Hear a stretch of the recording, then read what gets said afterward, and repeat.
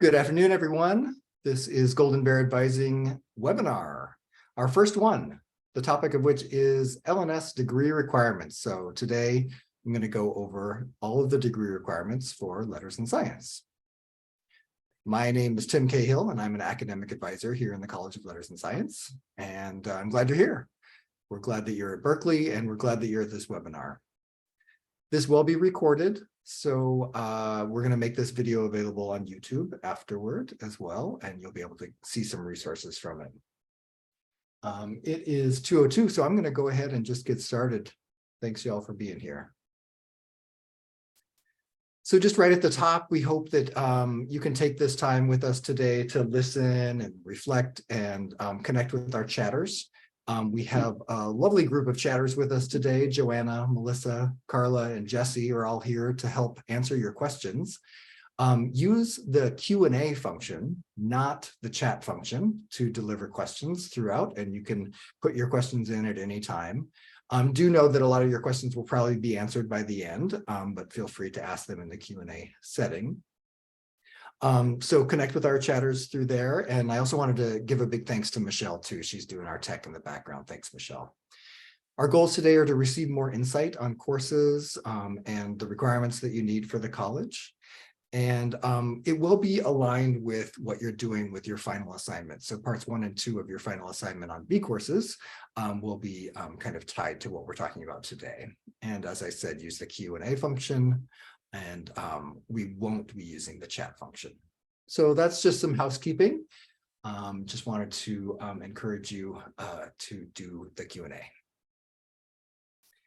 So we want you to gain a clearer understanding of our degree requirements, all those things that you need in order to graduate, and learn about different access points and different ways that you can kind of assess your own degree progress through Cal, and some resources that you can use to help you kind of identify what remains to be done for Cal.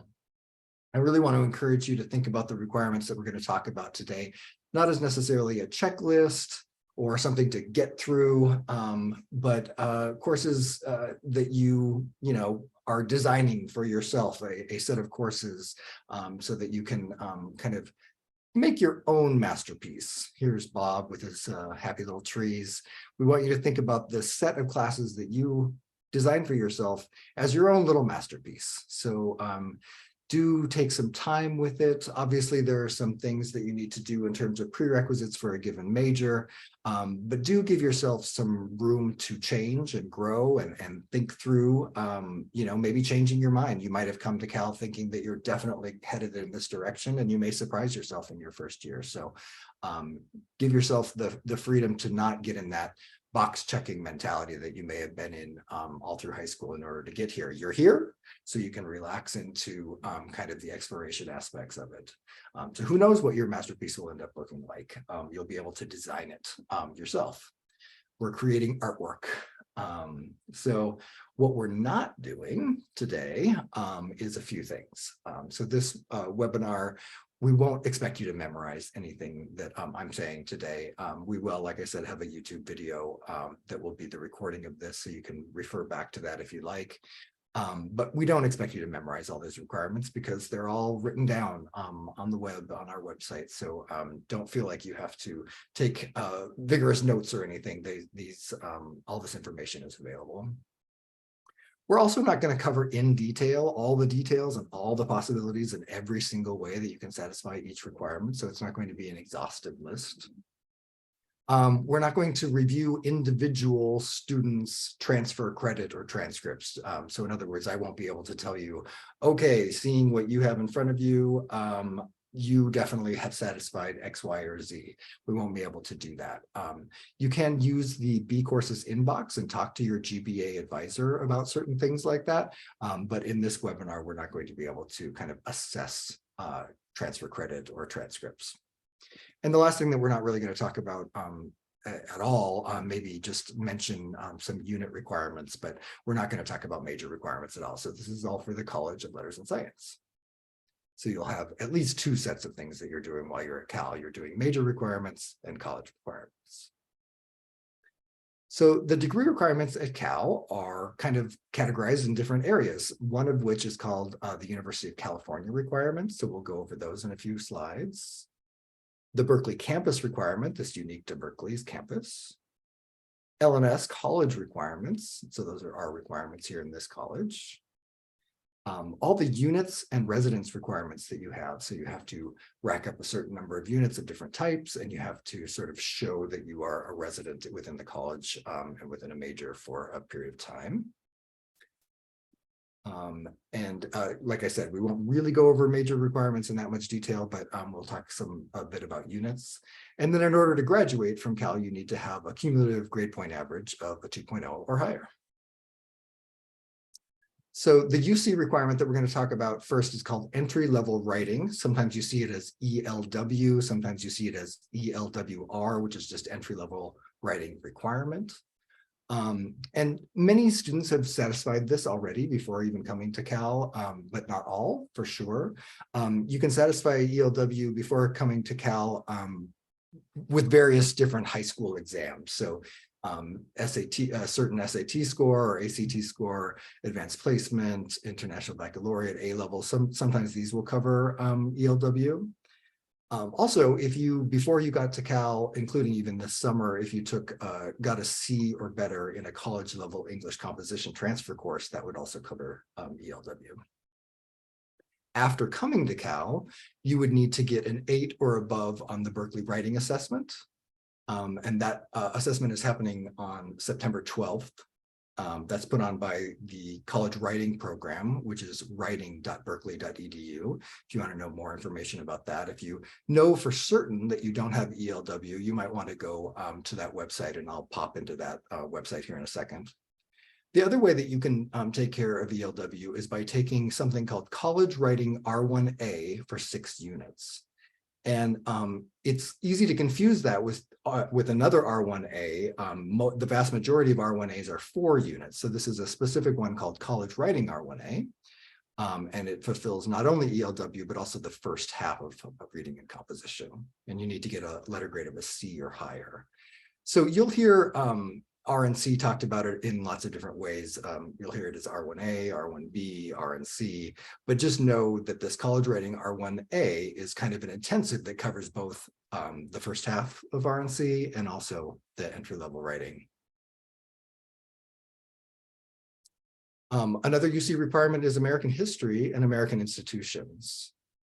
Many people have satisfied this, especially if you went to college, if you went to high school in California and took an American history class or an American government class. You might have done that with high school coursework or transfer work. Again, you could have done it with some exams that you took, satisfying American history and American institutions before coming to Cal in these ways. I think it's useful to note for all of our international students, people that are here at Cal on a visa, once you hit 90 units at Cal, American history and American institutions is automatically waived, so you don't have to take that after you hit 90 units.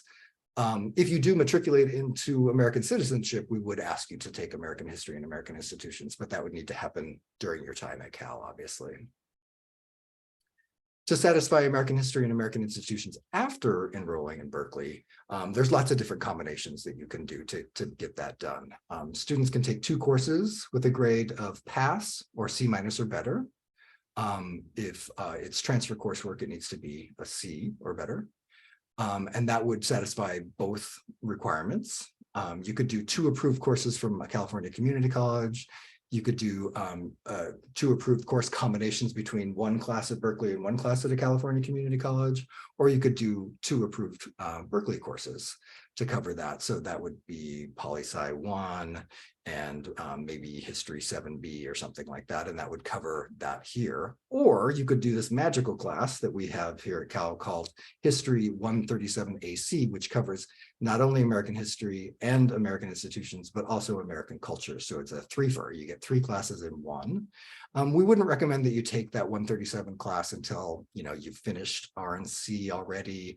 Maybe that would be a class that you would take in your junior year, just because upper division courses are often populated by juniors and seniors. So you want to be kind of like at that level before you jump into an upper division class. But that is a nice way to cover American history and American institutions with just 1 class instead of having to take 2.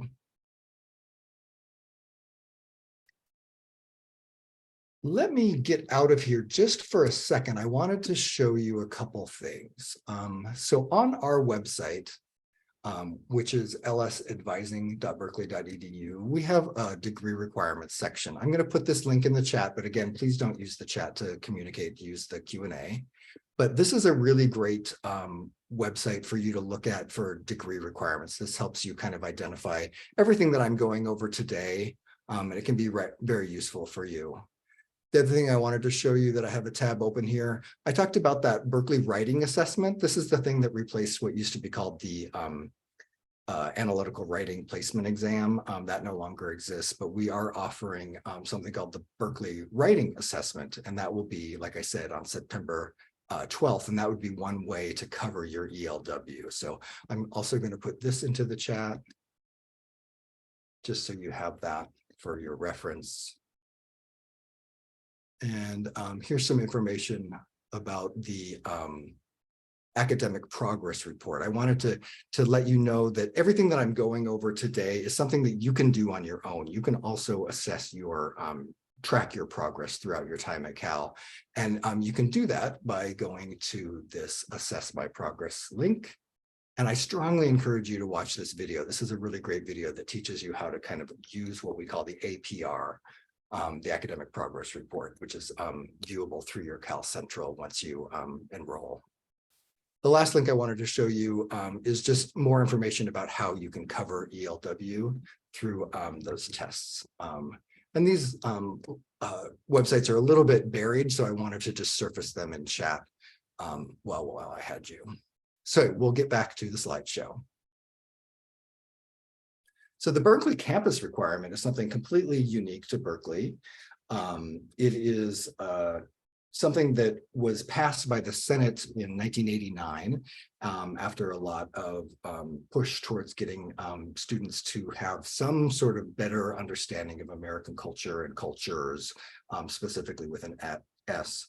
So American cultures courses are uniquely designed to critically engage in important issues within the US by helping students to develop a deeper understanding of race, culture, ethnicity in the context of American society specifically. So you can use AC classes that in combination with other things. So like I just talked about a moment ago, History 137 AC would cover not only a breadth area, but also an American cultures area. So often you can take classes that will cover things for your major requirements and cover an AC class. So that's an and, not an or. Those kind of classes can be really useful.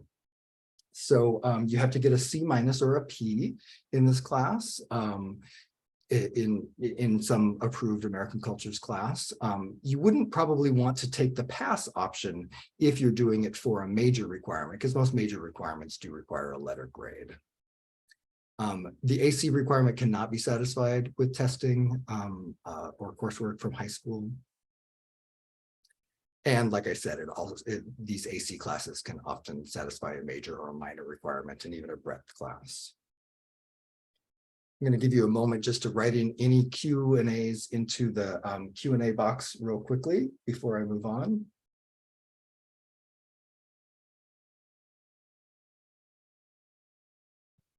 Okay. So next up, we have the College of Letters and Science requirements, and these are the essential skills. And there's 4 different areas, and all different areas here must be taken for a letter grade and passed with a C- or higher. And so they're divided into reading and composition part A, reading and composition part B, quantitative reasoning, and foreign language.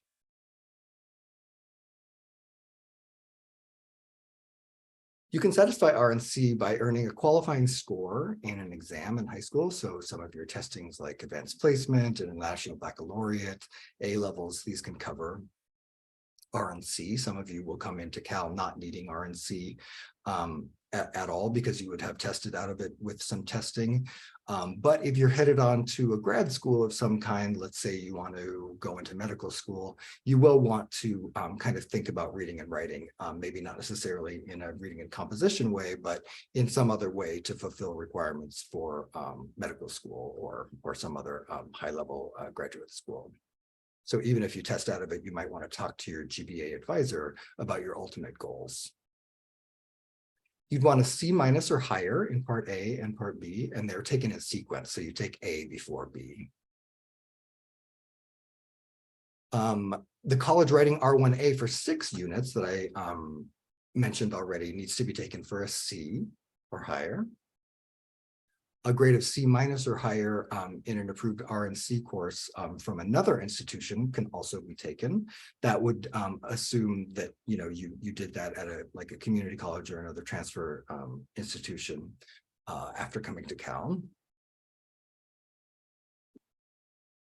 And you have to complete reading and composition by the end of your 4th semester. So we do put enrollment blocks on people's Cal Central, their interface online, if certain things don't happen in a timely way. So we do want you to cover reading and comprehension by the 4th semester, just so you're ready for upper division work and you're ready to move into kind of your junior and senior year.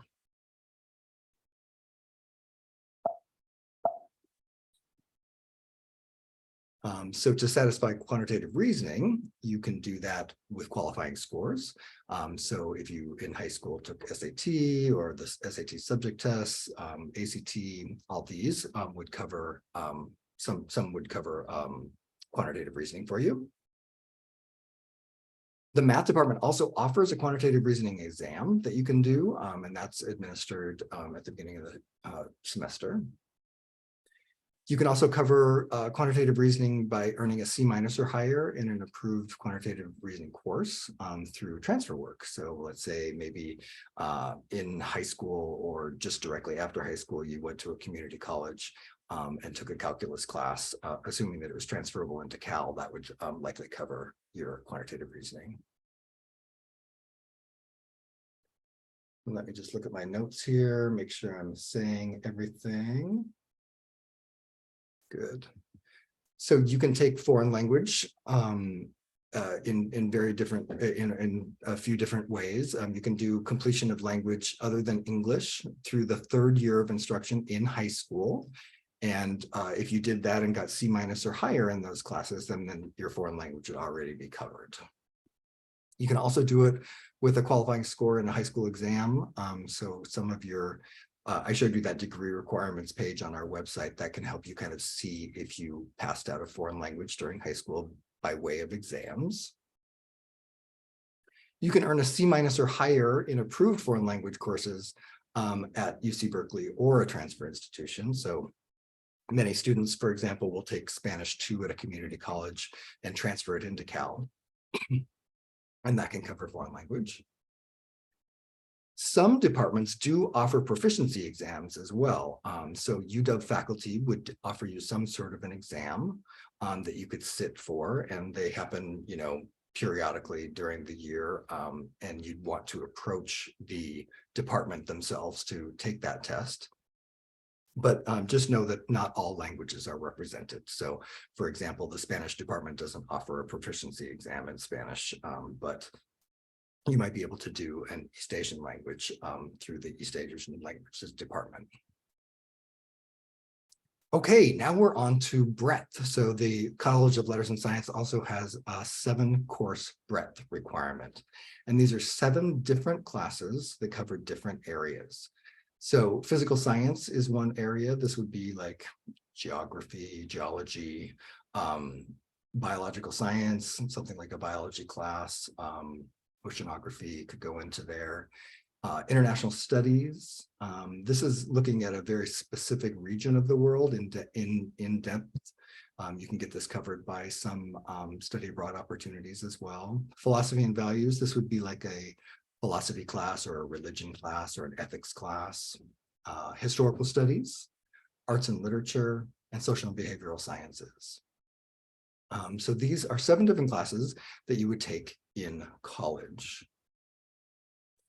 High school exams do not cover breadth. So your exam scores would not test you out of breadth. You would still need to take 7 of them.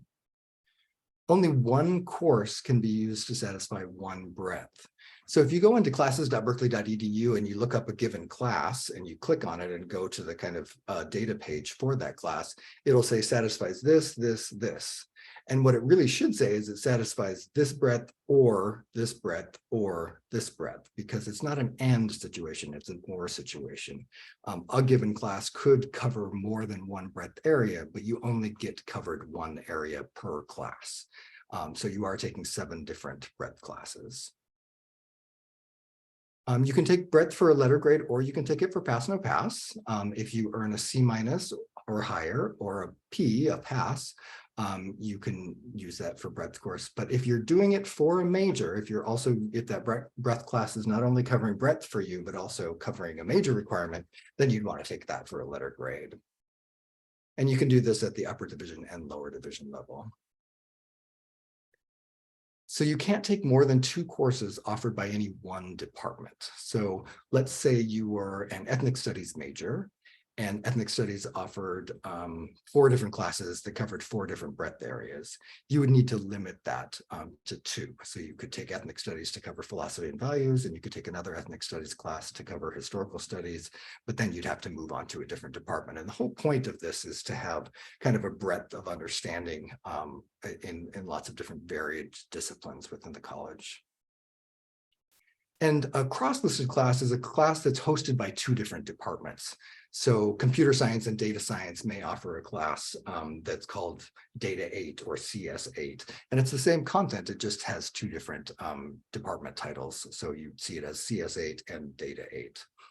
And that's what a cross-listed class. So the limit for the 2 courses in breadth would also be covered by cross-listed classes. Courses can be taken at another institution to satisfy breadth, for sure. You can do that at a community college. We feel that you're going to get a better education at Cal, so we do encourage you to take classes at Cal to satisfy breadth, but sometimes it's a nice thing to do, over the summer if you want to take care of some requirements away from Cal. If you take it at a California community college, you would use something called assist.org.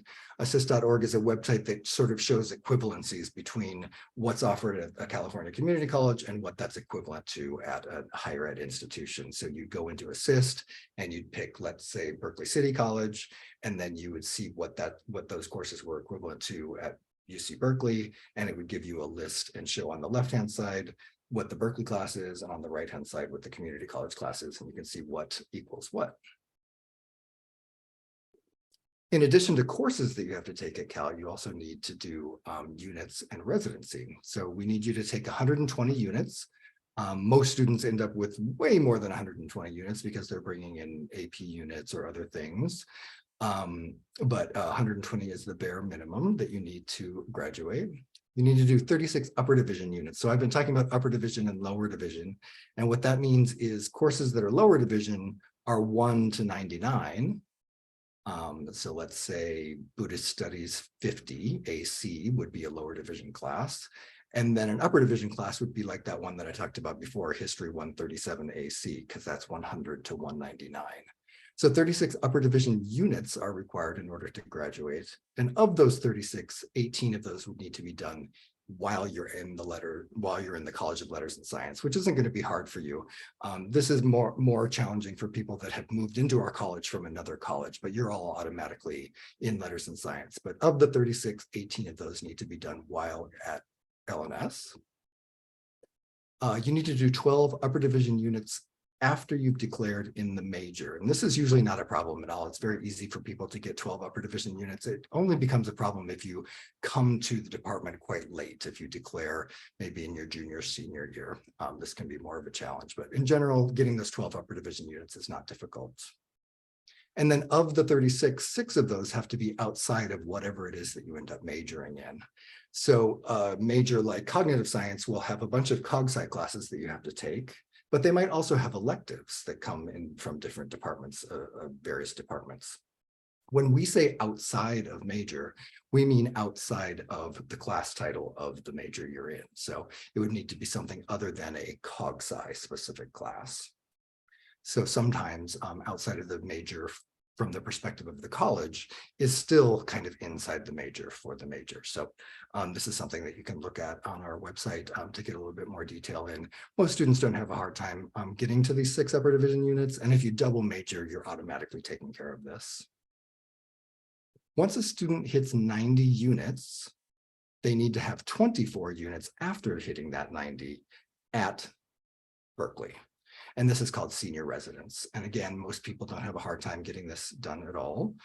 It's a very easy thing to do. It usually just happens in your senior year if you're taking classes at Cal. And it's basically just there to ensure that you're taking Cal classes in your junior and senior year. If you study abroad, there's something called modified senior residence, where we sort of modify that so that you can be abroad and still not be penalized. Finally, in terms of units and residency requirements, Cal has this very generous policy of 1/3 passed classes. So that means that you could take 1/3 of your classes for a P instead of for a letter grade, for a pass instead of an A, B, or C, for example. Now, this is a very generous policy, and it allows for students to have exploration and to explore different things without hurting their GPA if they want to explore an area that they don't feel super confident in. And we want people to be able to feel free to explore those things. It also is a little bit more generous than the rest of the world. So quite frankly, I wouldn't totally encourage you to get 1/3 of your classes as a pass, just because the rest of the world is not as generous at Cal. For example, if you were to use 1/3 of your classes as pass, a grad school might not look very favorably upon that transcript. It's not necessarily the case, but it's something to kind of think about in terms of the pass no pass ratio. And let me just pause and make sure that I've said everything. I want to make sure I'm not moving too quickly. Okay. So there are certain units, there are certain kinds of units that are capped at Cal where you cannot do more than a certain number. So there's something called a special studies course, and they're pretty easy to identify. There are courses that are called 97, 98, 99, or 197, 198, 199. Excuse me. These courses are things like decals or research units or specialized kind of classes. And they're often pretty small unit bearing, so maybe 1 to 3 units, maybe variable unit. So they're pretty low number of units, and we do cap those as 16. You can take more than 16, but beyond the 16, those units will not count towards the 120 that you need to graduate. Most students don't go beyond 16, but just so you know, if you're starting to look at your transcript and you have a lot of these in there, just know that there's a certain point that will not count towards the 120 that you need to graduate. Ditto for PE classes. So physical education is capped at 4 units to be applied to your degree. So student athletes will take PE 11 or PE 12, and once they get to 4 units of PE 11 or 12, then they would be capped beyond that. So they might take more units to flesh out their schedule for a given term, but those units won't count towards the 120 that you need to graduate. And the PE units, so you don't have to be a student athlete to take PE classes for sure. But if you did transfer in some PE units from a community college, those would also be factored into the limit of 4. A third kind of class that is capped is called a professional course. So these are kind of graduate level courses, more vocationally oriented courses, and you would recognize them by their number. So they'd be 300 to 499. And we cap those at a maximum of 6 units that can be applied towards the 120 that you need to graduate. So these are the unit restrictions.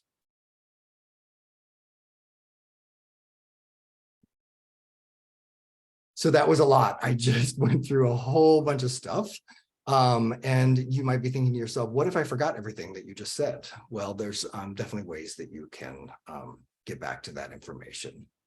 I think it's useful to know that this information can be found again in a variety of different places.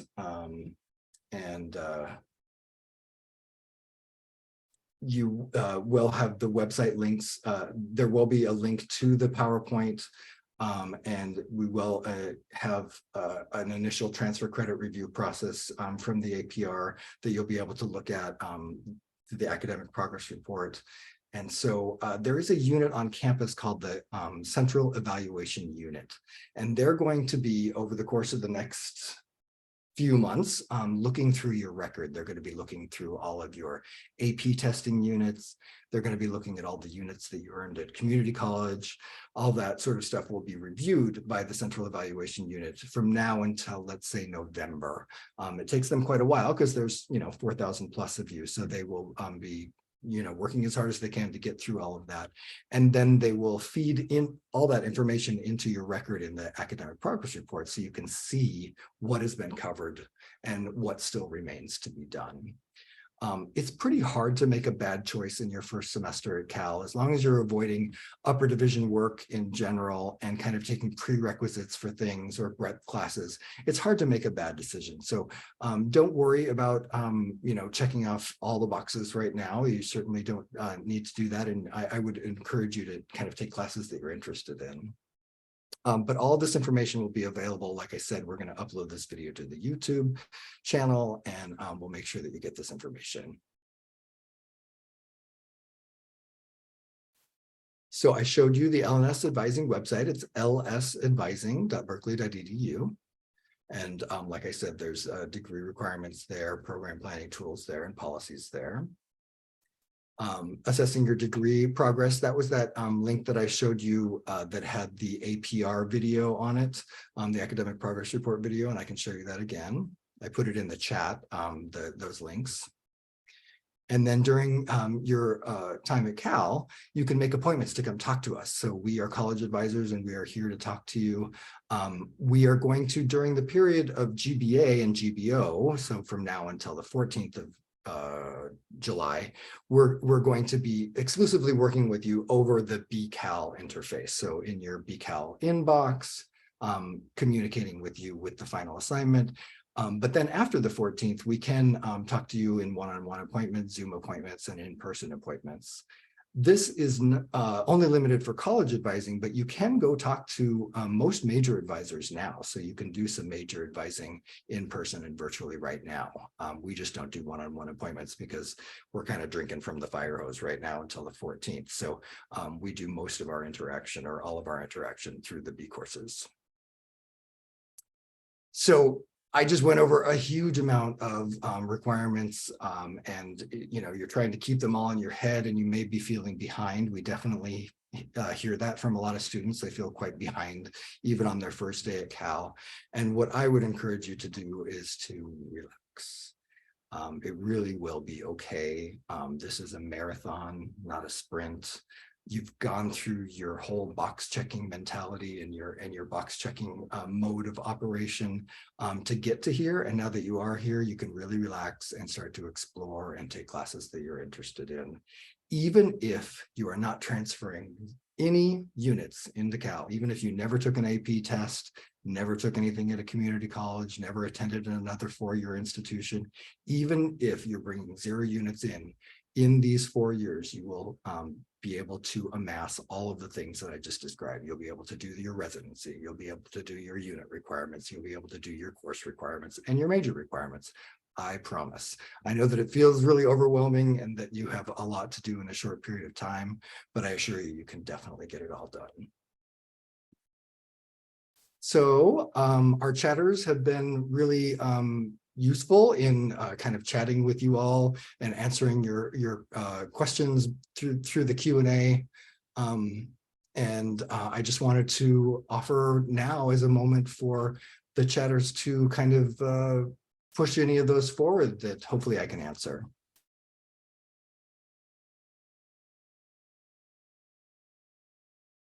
Are there any questions that came through that seem to be useful to share?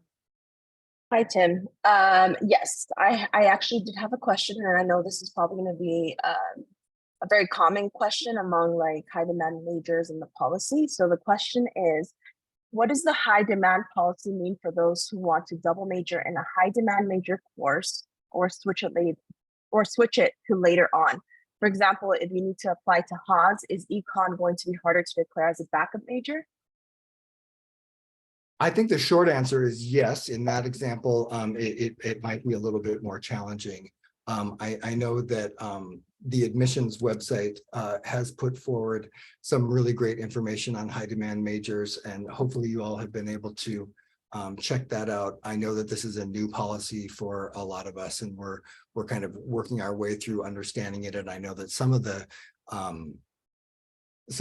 policies are not totally, some of the procedures, not the policy, but some of the procedures on how we're going to move forward are not completely and totally solidified. Once they are solidified, though, we will definitely be surfacing those to our website. So please know that you will be hearing from us as we understand the high demand policy better. But for now, look at the chat. I just put a link in there that'll be very useful for you. But essentially, there are students that will have identified themselves as interested in a certain major, and maybe that major is a high demand major, and that will be them earmarking themselves for that high demand major. And if they did not do that, then there will be a comprehensive review for students who want to get in that did not list them that way. I know that a lot of you are interested in Haas, and a lot of you are interested in MCB. A lot of you are interested in computer science. These are the more kind of popular majors, but there is a list of actual high demand majors that exist. And they have now put together a FAQ, which I think is a useful thing. But if you're interested in any of these, it looks like 11, right? 2, 4, 3, yeah, these 11 are the high demand majors here, and there are some frequently asked questions that follow there. So can you repeat the question? Because I just want to make sure that as I babbled on there, that I actually covered the meat of the question. Yeah, they were just asking if they were in a, they applied as a high demand major and they would like to switch it later on to another high demand major. Is it going to be harder to declare? Yes, there's that potential for sure. Okay, thank you, Tim. Yeah. Any other questions out there? Hey, Tim, I can go. So one question that's a common theme today is whether or not a course can cover multiple breadth requirements, and if it's okay for a course to cover a university requirement and a breadth requirement. You bet. So just to review, the university requirements are, University of California requirements are the ELW, American History and American Institutions. So these are what we call the UC requirements, and that's because they're required by all UC in the UC system. So you can have a course, let's say History 7B, that will cover historical studies breadth and American history, the University of California requirement. So yes, there are instances where you can do a both and. The only time that you're thinking of or instead of and is when you're thinking about the breadth classes. So breadth is 7 different courses, but sometimes a breadth class can also be an American cultures class or a University of California requirement. So that does exist.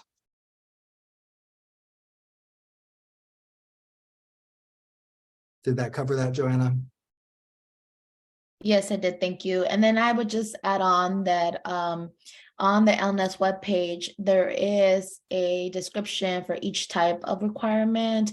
And so part of the process of completing the GBA assignment is also doing that research and understanding the requirements, because advising does change a lot in college. And so the beauty of college is the autonomy of now finally being able to create your own schedule and take charge of your learning. And so there is an expectation of the student being able to understand what's required. So I will post that link shortly in the chat, just so you all can get familiar with it.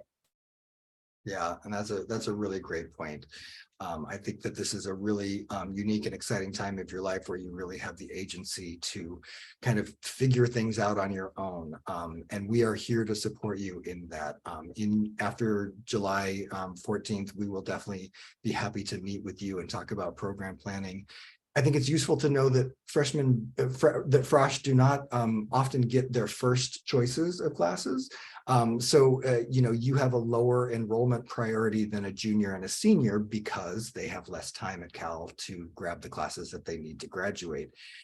So even if you don't get your ideal perfect set of classes, do know that you have time and that you will have another opportunity to grab that class. And so don't necessarily feel that pressure to have it be exactly perfect in that first term. But what Joanna is wisely talking about is, you know, you have the agency to figure this stuff out on your own, and we are here to support you in that. But there are a few links that we would really encourage you to look through. So the degree requirements on our page is a really good thing to just kind of filter through so that you really understand what it is that the college is asking of you. And then you can start going to individual major web pages to look at what their prerequisites are in order to declare and what their requirements are in order for you to gain that particular major completion. So there's lots of overlap between those things. For example, a major requirement might also be covered, might also cover a breadth requirement. So there is overlap, but just know that the breadth is 7 different classes. What other questions do we have out there? Hi, Tim. A common question that I saw was about the writing level scores and where students can view those. Ah, great. Yes, I did put that in the chat initially, but for the entry-level writing, I think that this page is the most useful. And I'll put it in the chat again. So to cover ELW, you need a score of 30 or better on the ACT, 63 or better on the ACT reading plus English plus reading, a 680 or higher on the evidence-based reading and writing section of the SAT, a score of 3 or higher on the College Board Advanced Placement in English, and the score of 5 or higher on the IB. So those are all laid out here on this page.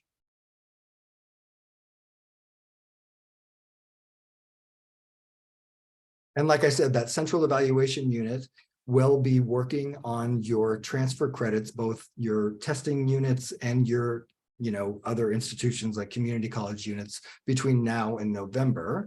So it could be, if you're not completely sure what you earned before you came to Cal, then you might want to sort of steer towards another class. And like I said, the clock really is only on reading and comprehension, and you have until your junior year. So if you want to pivot away from a certain class because you don't know what you got on one of these exams yet, after you do the research and after you know for sure that you don't have the score back, you can sort of pivot into a different class. It's always safe to take breadth in the beginning, classes that you're interested in.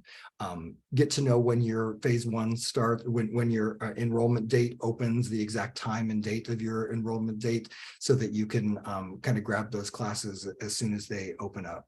There will be ones that are more popular than others, and they'll be harder to get into, but you could pursue a wait list as well.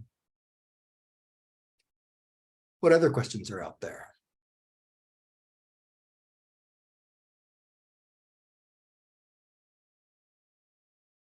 The slide deck will also be shared with students. Yeah, I can go again if that's okay. Would you be okay just taking some time to give a brief overview of the differences between a major advisor and a college advisor? You bet, you bet. So people like Joanna, who just talked, and I are college advisors. We work for the College of Letters and Science, and we do developmental advising with students to kind of help them think about where they want to go, what direction they want to go in, what resources are available at Cal. We may not know the exact answer to your exact question, but we're a really good center of the wheel. We're a good hub of information. We can always refer you to people who know how to answer your questions. So we're generalists, we're very broad, and we work with you to kind of developmentally get through these 4 years together. And that could mean we're helping you navigate academic difficulty. It could mean that we're helping you navigate declaration and a major exploration, those sort of things. It could be that we're helping you at the end to make sure that you're done by doing a degree check. It could be a lot of broad overview kind of work, and we're here to support you. We work very closely with the Tang Center, with University Health Services. We refer people to counseling services. We refer people to the Career Center, all of that. So we are a hub for all things college and all things sort of like support for your time fully here. A major advisor is a person that works in a department and understands in really granular detail the course offerings of that given department and the prerequisites for that major and the major requirements. So they would know, for example, if CogSci 2 is being offered in fall and spring this year or just spring. A college advisor might not know that. So a deeper dive into a given department, you want a major advisor because they're going to be handling all of those enrollment issues. Enrollment at Cal is done at the department level. So often, depending on the size of a department, there's someone called an enrollment manager and someone called an advisor. And sometimes those are the same person, but sometimes they're two different people depending on how large the department is. So if you had questions about wait lists, or if you had questions about what class is being offered when, or if you wanted to make sure that you can get into a class that needed permissions, you'd want to talk to a major advisor. And so they're there to help you kind of navigate maybe declaring a double major or declaring one major. They would know a lot of granular detail about that given department. Did I miss anything, Joanna? That was great. Thank you, Tim.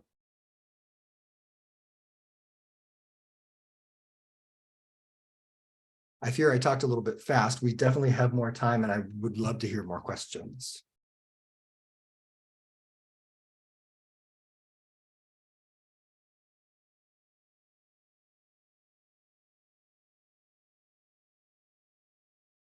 I am happy to keep going. So if that's okay.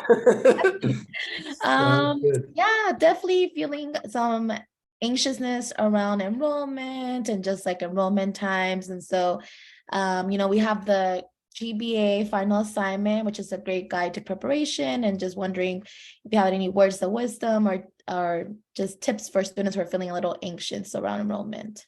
Yeah, well, I know I can't speak for other college advisors, but I know at this point, even as early as last week, I was getting questions in my BCal, my B courses inbox from Rising Frosh about the first semester schedule. So lots of students are asking me, what should I put on my schedule? And really the answer to that question is the B courses modules. So we really encourage you to go step by step through all of the B courses modules, and they're going to teach you how to think about how to fill out the final assignment. And the result of the final assignment is your first semester schedule, right? The assignment itself is for you to identify a set of classes that you would ideally like and some backup for those classes, because like I said, you're probably not going to get your first choices. I often encourage students to have a backup for your backup, like this is my ideal schedule, this is my backup schedule, and this is my, okay, nothing went right, I need to have some classes, third schedule. So the B courses modules and the process of going through the final assignment is the process by which you identify what you're going to take. And we can help you through that in the inbox of your B course, but also just by commenting on your final assignment. So even if you feel like your final assignment is not quite done, we'd rather see it sooner and a little bit messy than later and what you think is perfect, because what we're going to be doing is commenting on everything that you wrote and giving you suggestions. And we have some responses about, here's a canned response to everybody who signed up for Math 10A, and we'll have something that you can read on that. So the sooner you turn it in, obviously fill every section out, but don't worry about it being perfect, because the point of the final assignment is for us to help you make it better and to identify things that you might have missed. So the assignment itself, don't think of it as like an A or an F. It's really just a process to help you identify classes and to benefit from our advice, because we're going to give you advice based on what you put on the final assignment. Does that make sense, Joanna? Yeah, and then additionally, I would also say that enrollment does go through phases. And so if you don't get all the classes you are seeking in phase one, there's going to be a lot of movement between now and the first day of instruction. We do have that add drop deadline in September. And so it's very much possible that you will eventually get off the wait list, for example. And so strategically, right, sometimes students will enroll in their first choice, right? Like, this is the class I really, really want first during their enrollment time, with the understanding that maybe the rest of them, they might rely more on those backup classes. Definitely taking initiative and speaking with major advisors. The College of Letters and Science is not in charge of enrollment. Like, I think Tim mentioned this before. And so if you have those questions, reaching out to the department, attending that first day of class, and just being very aware of that add drop deadline. And so even if you don't get it in phase one, it's still very much possible that, you know, you will get it in phase two or during adjustment period. Yeah, exactly. Thank you, Joanna. That's perfect. I feel like it's useful to know a strategy that a lot of students use is something called shop and drop, where you end up amassing more classes and more units than you ultimately will take at the end of the day. But attending all of those classes in the beginning, looking at them, look at the syllabi for each of them, and determining which one you can jettison, which one you'd feel more comfortable keeping after you've kind of done that review, and then dropping it. That's what the adjustment period's all about. So you'll enter into, you know, phase two, and then you'll go into the adjustment period. And that adjustment period, its name says it all. You're adjusting. You're making your schedule at least 13 units. And the most ideal set of 13 units you can have. We don't recommend more than 15 in your first term. You're working with a lot of adjustments, so don't overdo it. I think that's my biggest piece of advice for anybody in their first semester, is to not overdo it, and to take 13 to 15 units, lower division units, and kind of take it easy and do some exploring. And maybe in the adjustment period, you're able to grab 20.5 units. So you have a lot of units to kind of choose from. And then, like Joanna highlighted, there is something called the drop deadline. So you'd want to drop down to a more manageable number by the time the drop deadline comes around, and then you can have a solidified set of courses that'll work for you.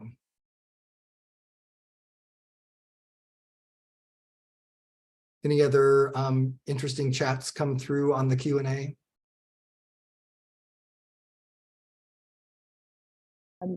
Here's a good one. Somebody is asking if you could explain what add drop period means. Yeah, what exactly is the add drop period? Yeah, for sure. I will make a plug for our website again. Our website is really quite thorough and incredible. lsadvising.berkeley.edu. Some salient features of our website: degree requirements here, progress planning here, majors and minors here. All of our policies are here. What to do with academic difficulty here, and then how to make an appointment here. So again, after mid-July, you can make appointments to come talk to us.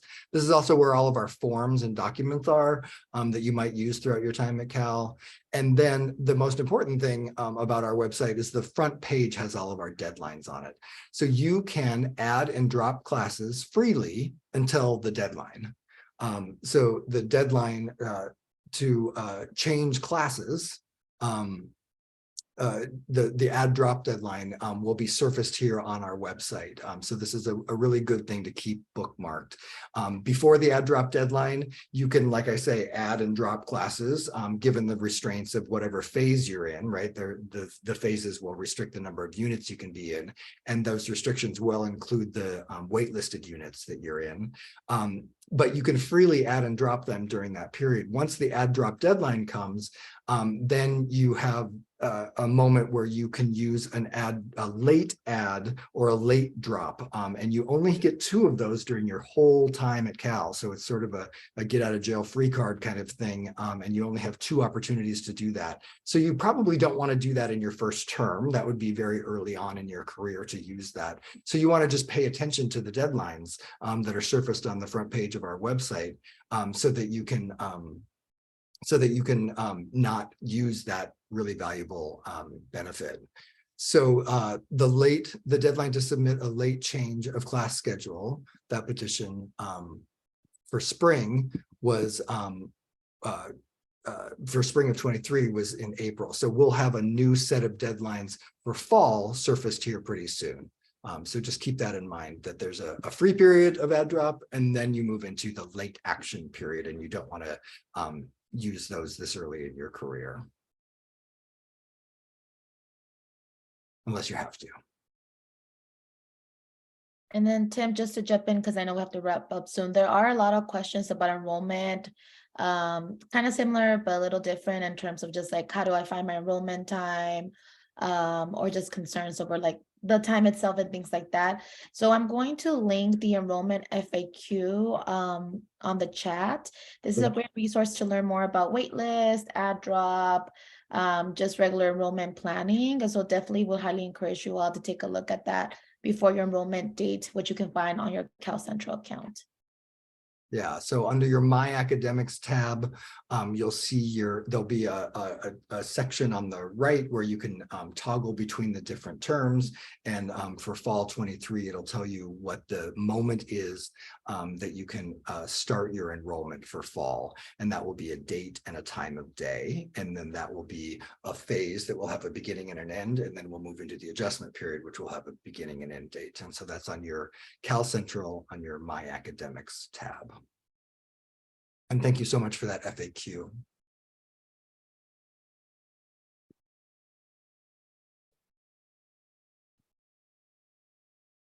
So I really want to thank you for your time today. Thanks for coming.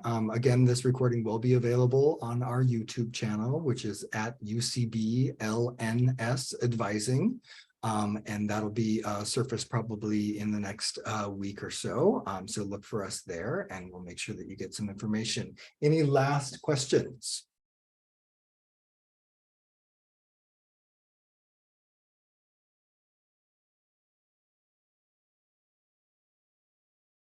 I think we're good here. Good job, Tim. And then just posted the L&S website in case we missed it. Nice. Okay, well, we'll end a little bit early, and thank you so much. We look forward to seeing you.